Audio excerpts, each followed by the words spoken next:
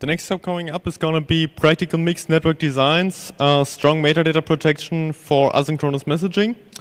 Bienvenue dans cette présentation sur la protection des métadonnées. Je vous ai présenté par David et Jeff, qui a organisé quelques sessions au congrès de l'an dernier. Jeff, qui est un mathématicien qui veut être pratique. Ils vont donc vous parler des composants du réseau.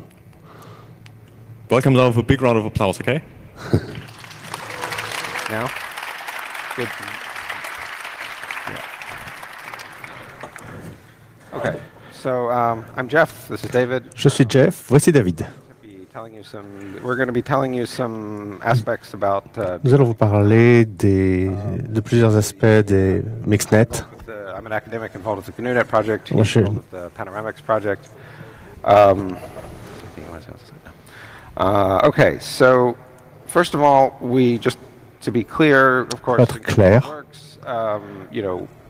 À propos de comment fonctionne l'encryption.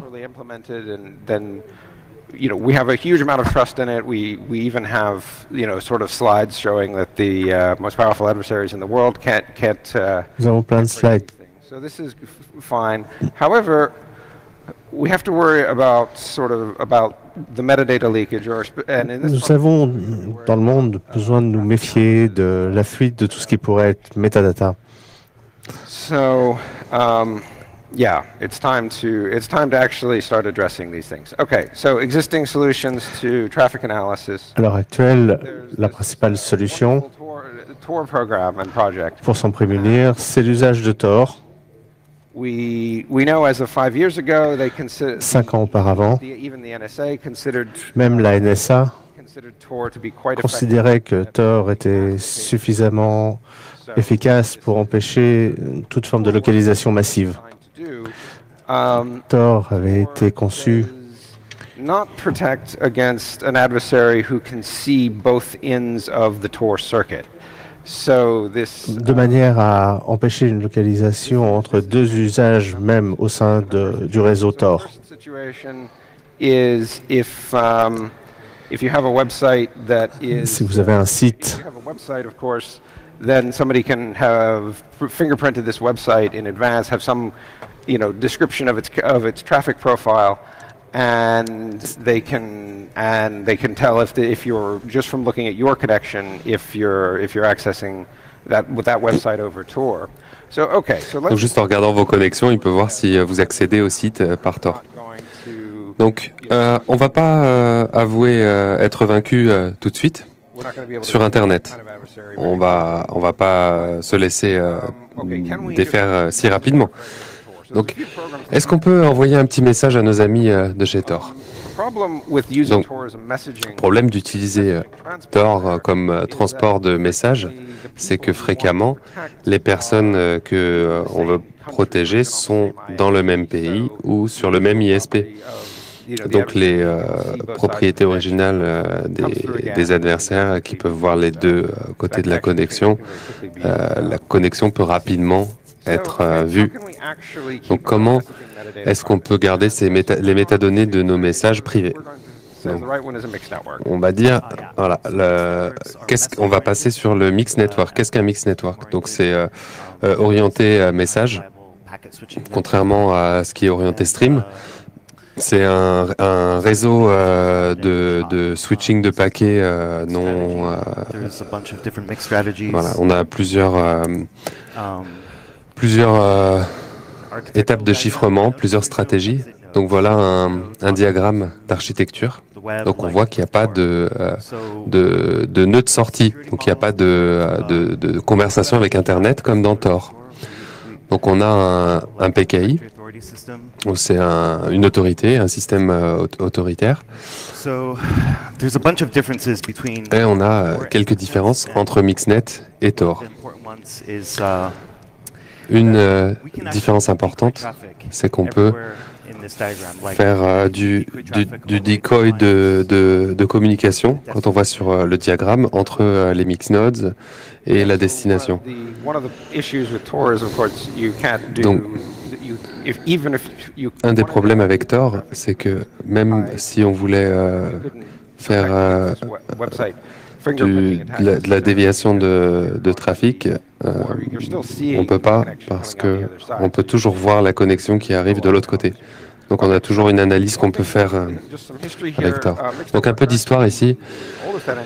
Les réseaux mix, c'est une des anatomies les plus vieilles qui existent depuis 1981. On a pas mal d'outils qui ont été proposés.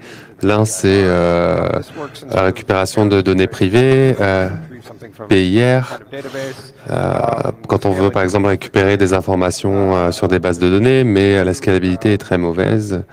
Mais il y a une autre proposition qui est généralement posée comme une alternative, et c'est le Dining Cryptographers Network, les DCNet. Littéralement, chacune des paires par utilisateur a son propre coût. Donc, la topologie reste très petite, et si vous pouvez construire quelque chose de petit, on se demande qui on veut protéger. On ne protège pas les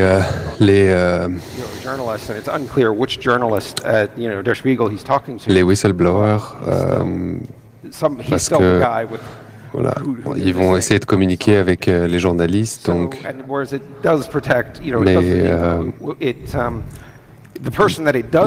personne que ça protège, c'est la personne qui a déjà beaucoup de pouvoir. Donc ce qu'on veut faire, on veut vraiment avoir un set d'anonymité aussi grand que possible. Les attaques, épistémiques ou non,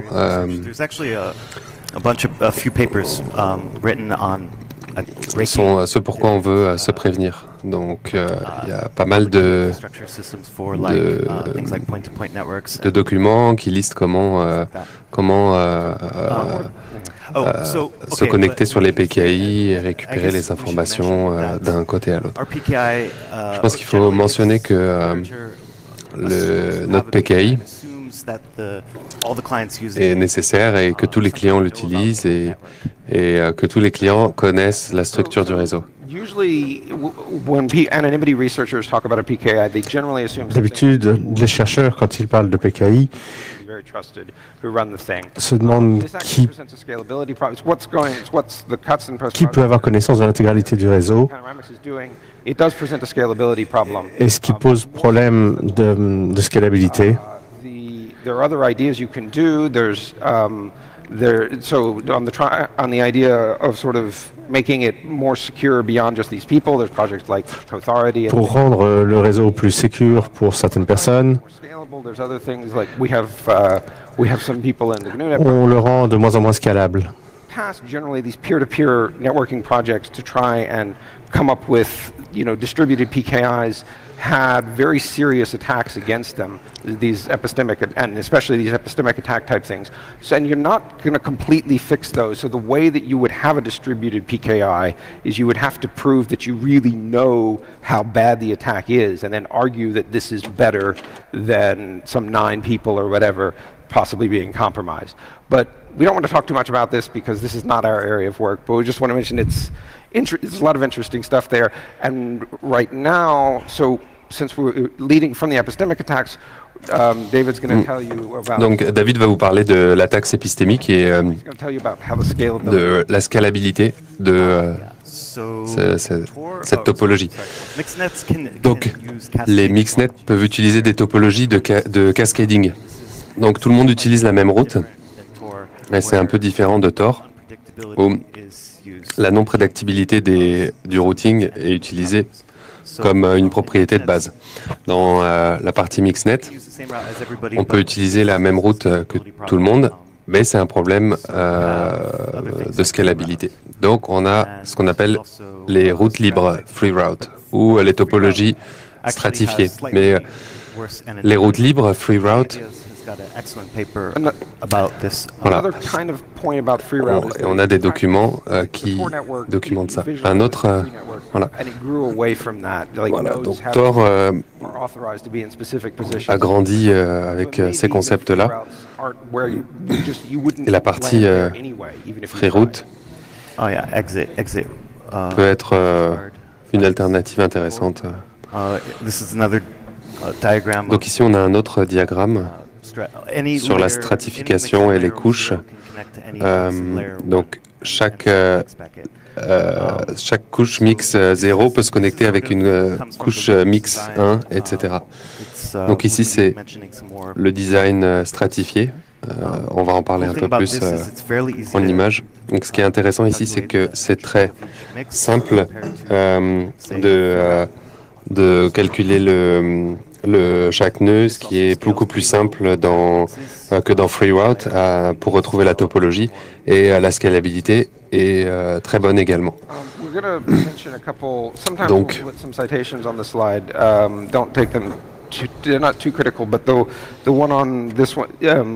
Claudia Diaz has a very nice paper for understanding the different effects of topologies. Oui, ce diagramme est très utile pour pouvoir comprendre la suite.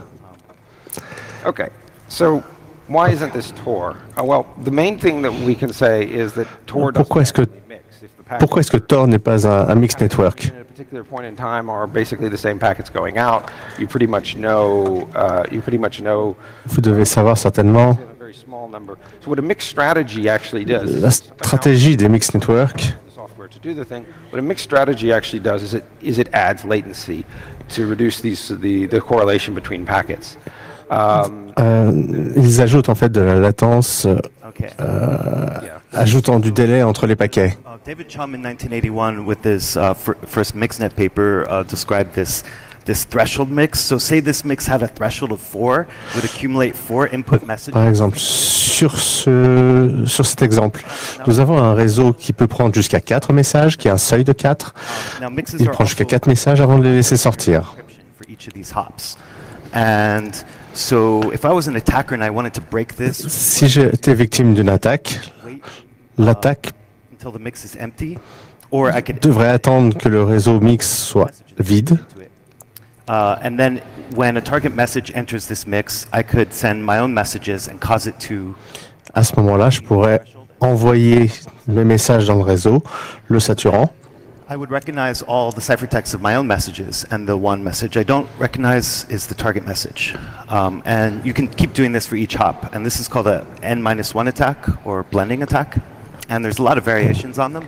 C'est ce qu'on appelle l'attaque N-1 ou blending. Donc il y a plusieurs variations de ce type d'attaque qui consiste à envoyer un message sur chaque hop pour remonter vers le client en utilisant chaque couche de chaque hop. Donc si un attaquant veut utiliser cette technique, il doit d'abord vider la queue du mix en vidant tous les messages existants et prendre ou alors utiliser un slot pendant lequel la queue est certainement vide. Et on peut ensuite prendre le message cible et le faire entrer dans la mix queue et attendre que ce message soit ressorti de la queue. Donc, ce type d'attaque, on peut s'en prémunir. Par exemple, en utilisant des protocoles Heartbeat, comme qui est documenté dans plusieurs papiers, plusieurs documents. Donc on a un mélange de différents trafics, différentes loops qui vont se vérifier les uns les autres et qui va passer dans le mix network et revenir. Et donc si le heartbeat n'est pas reçu, on a un timeout qui peut signifier une attaque ou alors simplement un problème réseau. Donc on peut faire des corrélations entre une attaque et plusieurs erreurs de heartbeat. Il y a d'autres défenses possibles. Une a été publiée il y a très peu de temps, mais on ne va pas en parler maintenant. La prochaine catégorie d'attaque, c'est la révélation statistique. Donc ici, l'adversaire fait une abstraction de tout le réseau du mix en le considérant comme une topologie réseau. Un message rentre, un message sort. C'est ce qu'on utilise dans des réseaux PTP. Donc par exemple, deux personnes reçoivent leur message sur un réseau IP sans NAT, sans éventuellement avec des queues. Ici, c'est un concept qui utilise le design Loopix. Donc, Loopix a plusieurs types de decoy, de méthodologies pour ajouter des bruits et des perturbateurs au niveau du message, au niveau du signal. Donc on a le drop qui permet à l'utilisateur d'envoyer un message test qui est droppé par le provider suivant. On a aussi les loops clients. Et je dois mentionner, si on fait ce type d'attaque de révélation statistique, on ne sait pas comment ça va fonctionner réellement dans la vraie vie, parce que ça va dépendre d'une application spécifique et la possibilité de prédire les actions de l'utilisateur. Donc ça dépend du nombre d'informations qui sont révélées par le système, mais les mix networks révèlent toujours un certain nombre d'informations. Donc c'est pouvoir mesurer la hauteur du leak et savoir si l'utilisateur est assez dynamique. Ces attaques ne peuvent pas toujours converger vers un succès, donc ça dépend vraiment d'un système particulier, la manière dont ce système est tuné. Dans ce système de queue, l'adversaire doit compromettre le provider de destination. Donc ici, dans cette situation-là, c'est un peu la situation PTP. Donc les clients utilisent des informations de leur mix node directement vers leur IP. Donc l'adversaire est passif. Dans une architecture plus moderne où les messages sont queués, un peu plus moderne, c'est le design Loopix dont je parlais. Donc cette attaque devient une attaque active. Et donc on a un certain nombre de receveurs qui reçoivent un certain nombre d'informations quand ils reçoivent les messages.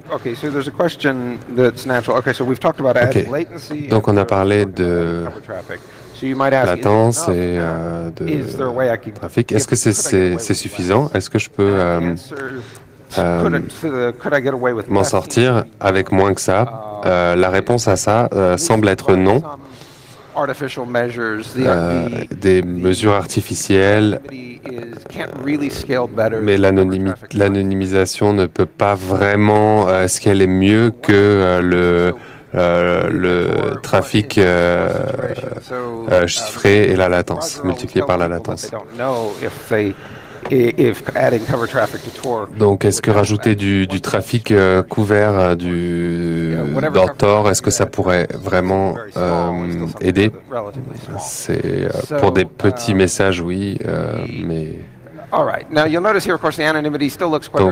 on voit que l'anonymisation a l'air d'être carré.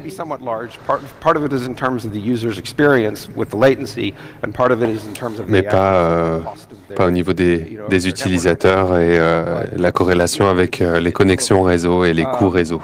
Mais c'est faisable.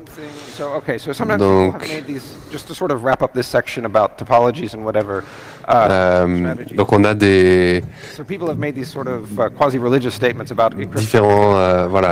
différentes paroles religieuses, quasi religieuses qui ont été faites de temps en temps. Mais voilà, le chiffrement, ce qui est important, c'est que le chiffrement, c'est quelque chose de libre, de gratuit. mais pour anonymiser et pour le mix network, il y aura un coût associé. Donc une chose sur les mix network, tu ne veux pas utiliser ton propre format de paquet. Donc Sphinx a énormément investi dans les designs, dans ce genre de design. Donc designé par Denesis et Goldberg. Donc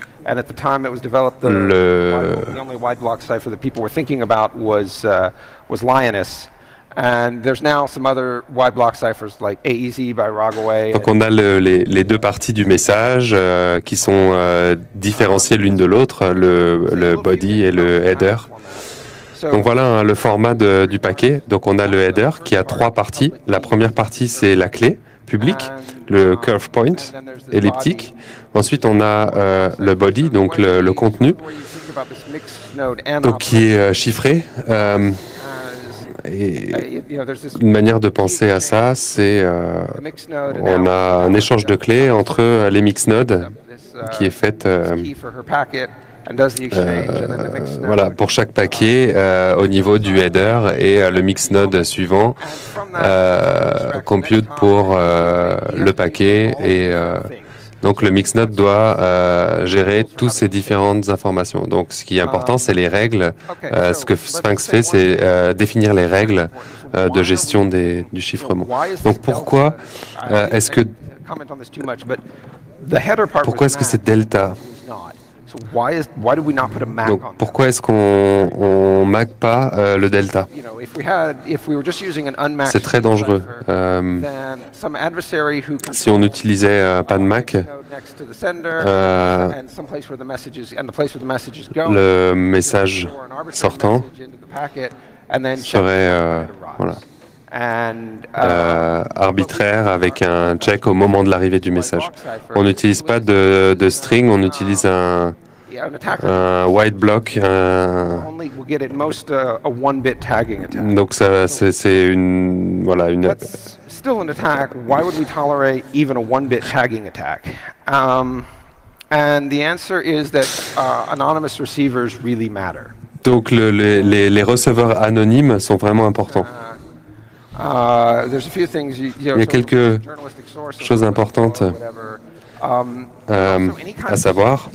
C'est important pour les journalistes, les sources des journalistes, certains services, et pour des téléchargements, des interactions avec des services. On a besoin d'un acknowledgement, par exemple.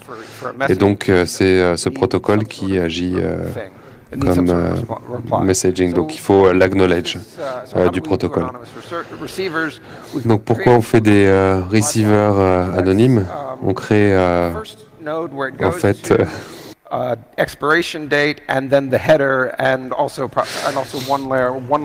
et avec une couche de clés cryptographiques.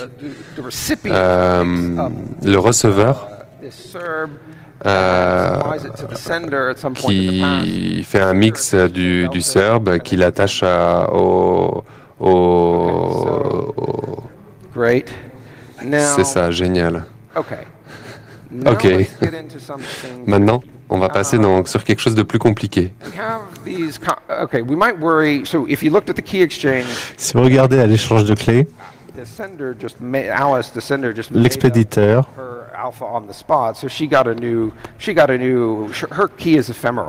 but the mixed node key wasn't. It was supplied by this PKI. So all right, that means we want our protocols to be forward secure, and Tor is forward secure. It does a live negotiation with each hop. Donc la sécurité de Tor fait pas de négociation en live avec chaque hub. Donc il faut une sorte de sécurité transmise et transférée. Et on l'a pas a priori. Donc ce qu'il faut d'abord, c'est au niveau des mixnets, il faut une sorte de protection des attaques replay. Donc ça demande une structure de données qui se remplira ou qui créera un overflow éventuellement. Donc pour prévenir ça, il faut faire une rotation de clés. Donc une manière, c'est de faire une rotation des clés plus vite. Le problème, c'est qu'on pourrait stresser le PKI un peu trop, qui a déjà un problème de scalabilité. Ok, donc un autre problème, c'est que le temps de vie des serveurs ne peut pas excéder le nombre la durée de vie des clés. Donc si on a une fenêtre moins élevée, on doit trouver une autre solution. Donc on a plusieurs idées. George, en 2003, on peut avoir voilà, plusieurs types de paquets, mais pas dans le même ordre que celui dans lequel on les envoie. Donc voilà, l'idée de George, c'était d'utiliser des paquets avec différentes durées de vie. Donc, possibilité, c'est d'utiliser une loop entre les mix nodes pour faire un échange de clés. Et ensuite, sur les mix nodes, on peut utiliser une construction double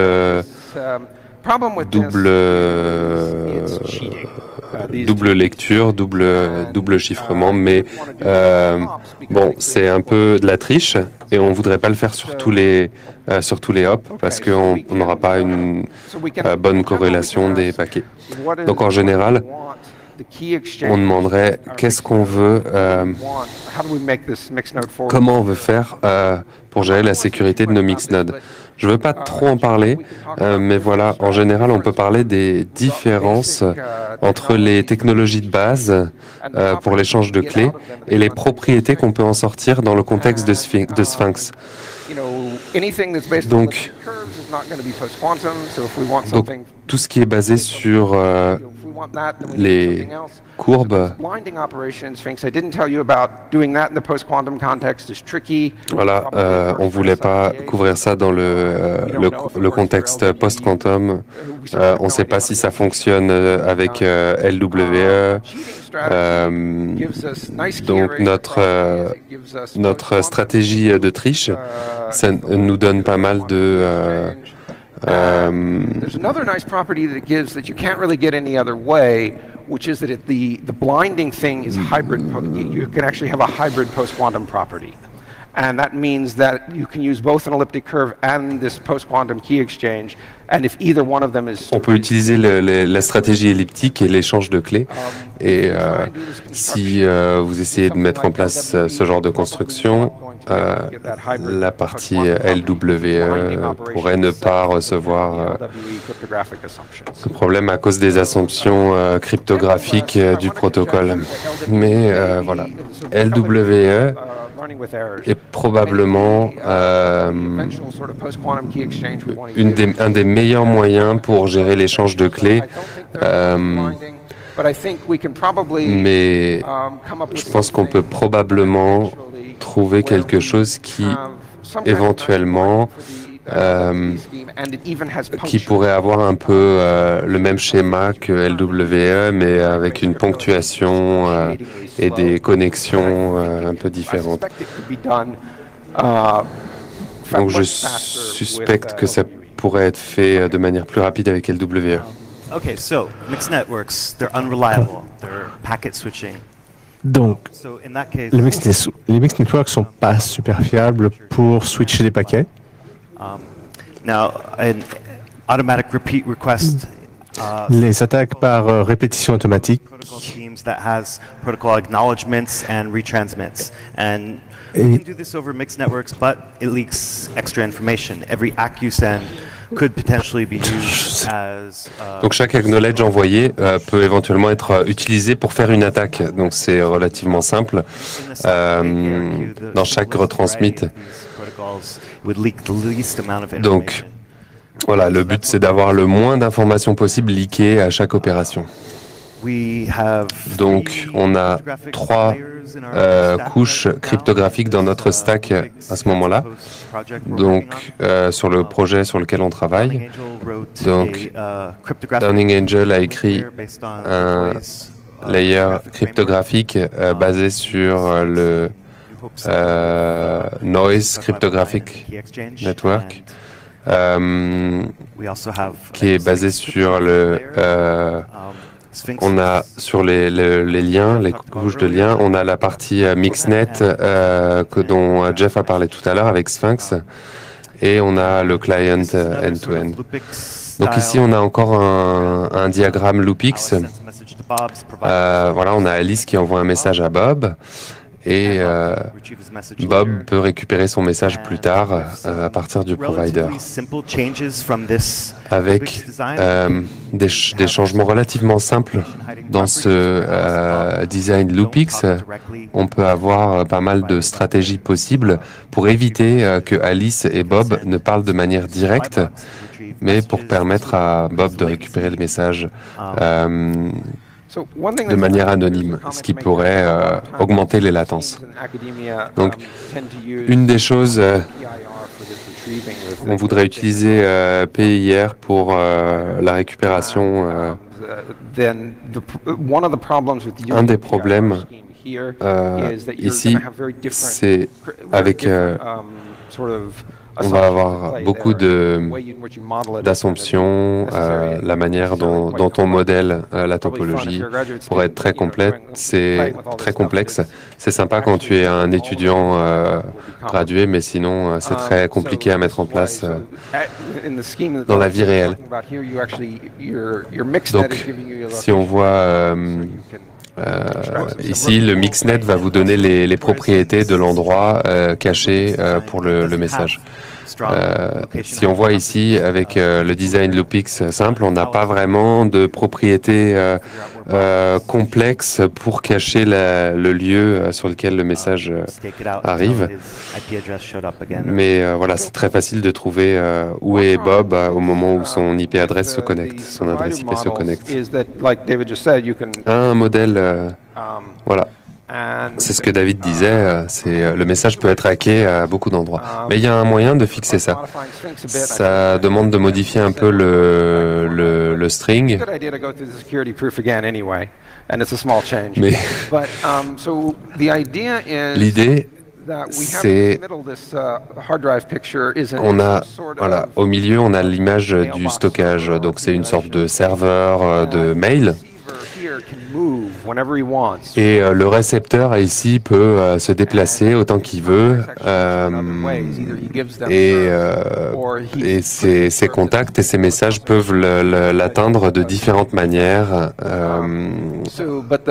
au moment où le receveur se déplace.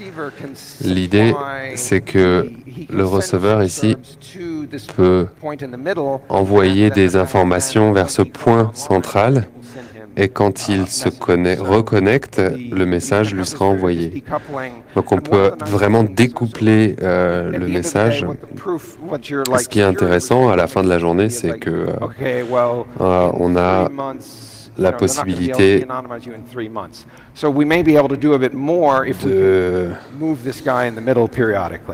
de jouer avec le temps pour garder l'anonymité.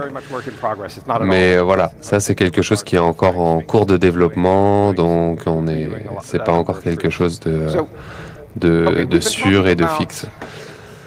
Donc, on a parlé de use case pour la partie messaging, mais il y a d'autres idées, d'autres implémentations possibles pour vous donner des exemples concrets. Donc il y a la partie monnaie anonyme, donc il y a pas mal de concepts pour gérer des monnaies et des échanges de monnaie anonyme. On a Zcash. C'est surtout une inversion du hash. Et sinon, on a RSA, Thaler's RSA, qui sont quasiment impossibles à pirater. D'autres applications plus web Donc pour envoyer des choses à travers le réseau, les mix networks seraient très intéressants. Fondamentalement, l'intérêt c'est d'utiliser des outils collaboratifs et de pouvoir travailler à plusieurs. Et le problème, ça va être les soucis qui risquent d'arriver, c'est pour tout ce qui est merge, accès, latence, qui vont avoir un impact sur les utilisateurs. Et how to make people happy with higher latency applications. Comment réussir à rendre les gens satisfaits tout en ayant une latence qui va augmenter de manière significative. Quand vous regardez aujourd'hui des gens qui développent de nouvelles applications, it's not literally supporting latency, but it's ils ne supportent pas la latence. So, but it wouldn't be fair for us to say, like, hey, use this cool messaging app. It's unreliable, so I'm going to send you a message. Il serait injuste de notre part de dire qu'il ne faut pas utiliser telle application de messaging. Mais effectivement, vous choisissez une application, vous payez pour ça, et donc vous avez la sécurité qui va avec. Mais le papier Loopix explique qu'en réduisant la latence, vous n'avez pas la possibilité de rajouter du trafic decoy. It still doesn't make mixed networks ça ne rend pas as low latency as Tor or even close. Les mixed networks ne sont pas aussi rapides que le réseau Tor. Mais ils sont plus rapides qu'il y a 10 ans. David and Yanning have been doing is that they're really trying to make the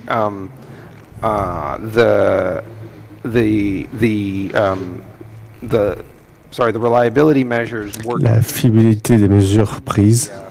Just above the mixed network, and this is really essential if you want to build something that application developers can use. Il doit se situer en fait au-dessus du mixed network. Common in anonymity systems for the sort of reliability measures to possibly compromise other things. So being able to do the stuff in a way that you can have your security properties. Si on peut réaliser les tests tout en gardant la sécurité sur notre réseau. Donc je voulais remercier les chercheurs avec lesquels on travaille. J'aimerais remercier Yanning Angel pour les super designs, Georges pour ses conseils et Claudia également avec son excellent papier, Christian, Nick Mathison du projet Tor m'a aidé beaucoup aussi pour les spécifications PKI. Il a écrit la plupart des designs pour Tor et Max Minion. Et Trevor aussi nous a aidé pour notre set de PKI.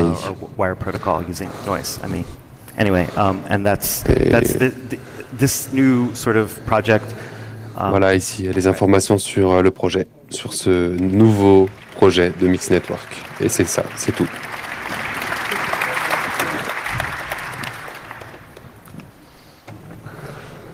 Thank you so much.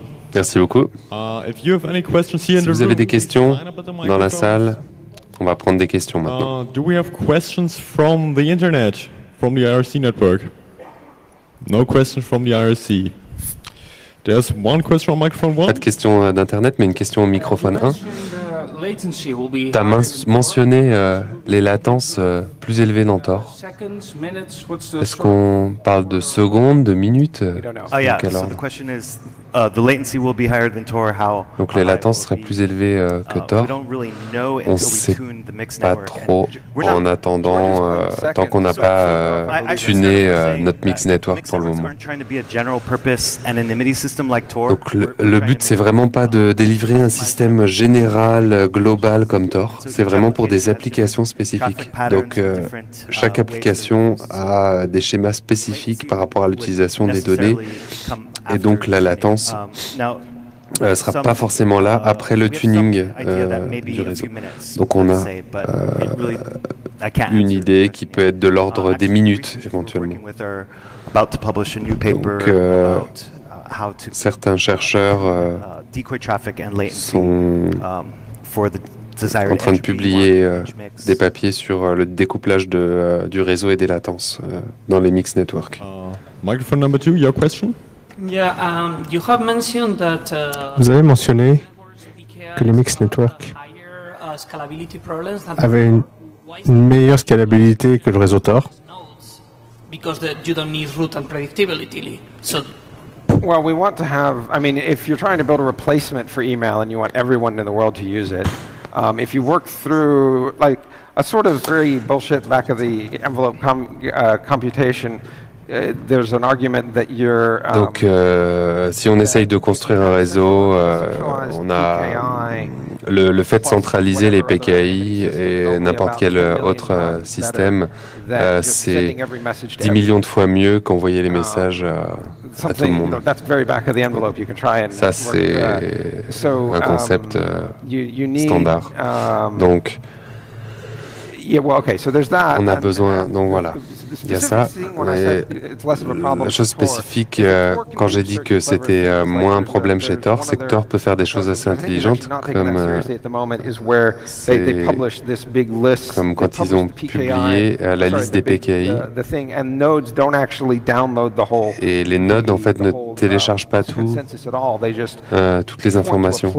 Ça pointe vers un endroit où les infos sont stockées et récupère un approval que l'information vient du bon node. Donc ça permet... Voilà. Okay. Back over there, microphone number 3. Microphone numéro 3. Salut. Ça a l'air d'être du bon boulot, je suis content de le voir. Ma question, c'est si des applications multiples qui ont différents types de tuning, est-ce qu'ils peuvent utiliser le même réseau et partager le même réseau? Donc, effectivement, ça serait bien si elles pouvaient s'aider et utiliser les propriétés les unes des autres, mais le tuning spécifique pour le decoy va nécessiter une infrastructure spécifique. Et toutes les données doivent être contenues dans un paquet. Donc si on a le use case de mail, par exemple, on va avoir des tailles de 50K à peu près. Donc si on veut faire du chat, on va envoyer des messages beaucoup plus petits, comme « Yo, ça va ?» Et du coup, si on envoie des gros paquets de 50 KB, mais voilà, on va pas faire la même chose pour plusieurs applications, on va pas utiliser la même topologie. Donc, si on utilise du banking, par exemple, des transactions financières, on va utiliser un réseau qui est optimisé pour des plus petits paquets. Voilà. Pour tout ce qui est application de chat, on va avoir peut-être une structure plus symétrique parce qu'on va envoyer le même nombre de données de chaque côté. Mais pour tout ce qui est web, on a des opérations qui sont plus hétérogènes, avec plus d'informations en lecture et moins en écriture. Donc voilà, c'est ce que je voulais dire en disant que certaines applications peuvent ne pas être compatibles avec d'autres applications par rapport au decoy. On espère que la plupart des peer-to-peer, comme Etherpad ou les réseaux de paiement, tout ça sera optimisé pour le use case précis, comme pour l'email. Mais si on a besoin, ce qui est messagerie instantanée, ça c'est une autre question. All right, microphone number 1, what's your question? Est-ce que tu peux nous donner plus d'exemples sur des vrais use cases et pas juste des papiers voilà. Donc en ce moment, on est en train de tester le Mixed Network sur plusieurs machines qu'on a et ça marche très bien. Merci We don't really pour ça. have any On n'a pas vraiment near production ready. de système prêt ou proche de la production ou en pré-production. It will So soon. the answer to your question is no. We Donc got- la réponse à ta question, c'est non, on n'a rien but we hope- que de we la hope soon. théorie. Like, Mais bientôt. Depends on funding, depends on other things. We're working on it. Mais on y travaille. Thank you. Mike Fanchu, what is your question? I was thinking about this in the real world. Je pensais à ça Where people can communicate. dans le monde réel, une app par laquelle les gens peuvent communiquer. Moi, j'ai peur plutôt des téléphones mobiles. Let's envision two users Parce using que, this app to communicate. regarde, si tu as des gens qui communiquent en utilisant cette app, And then sometime later, Euh, the person takes their phone out. quelqu'un There's so much going envoie on. un message Comes out of the et, market and the screen is turned on. et voilà, une autre personne récupère le message quand l'écran est allumé. Outside of this whole mixed network. Donc il y a Over a month, énormément de choses qu'on peut contrôler à l'intérieur du Mix Network et avec sur la topologie de Loopix. Et and isn't that a huge problem? That c'est très simple de récupérer les outside of the informations. world of the Mais- problems you're thinking about. Donc- In my ideal, I have no idea. In my ideal world, J'ai aucune idée en fait. Dans mon monde idéal, users happier with latency is the phone doesn't ding anymore. ce You don't qui get est- notifications. ce qui rendra les gens heureux au niveau des latences, c'est que le téléphone ne fasse plus ding tout le temps. Mais c'est que les gens puissent checker leur téléphone quand ils veulent checker leur téléphone. But I would actually like it. There's a question here: is would that Mais, make people actually happier with latency? Would Est-ce things- que I mean, ça rendra pas les gens all of these things that are being built satisfaits now are being des built to latences? maximize engagement, and you want Si to actually, you actually don't want to do that anymore. You want people to only use it ne when they veut want pas... to, when they want Voilà, to use it. les gens veulent utiliser leur téléphone quand ils veulent utiliser leur téléphone.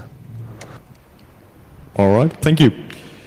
Seems there are no further questions, so thanks a lot to Jeff, thanks a lot to David. Merci beaucoup pour cette présentation. Merci de nous avoir suivis sur cette traduction simultanée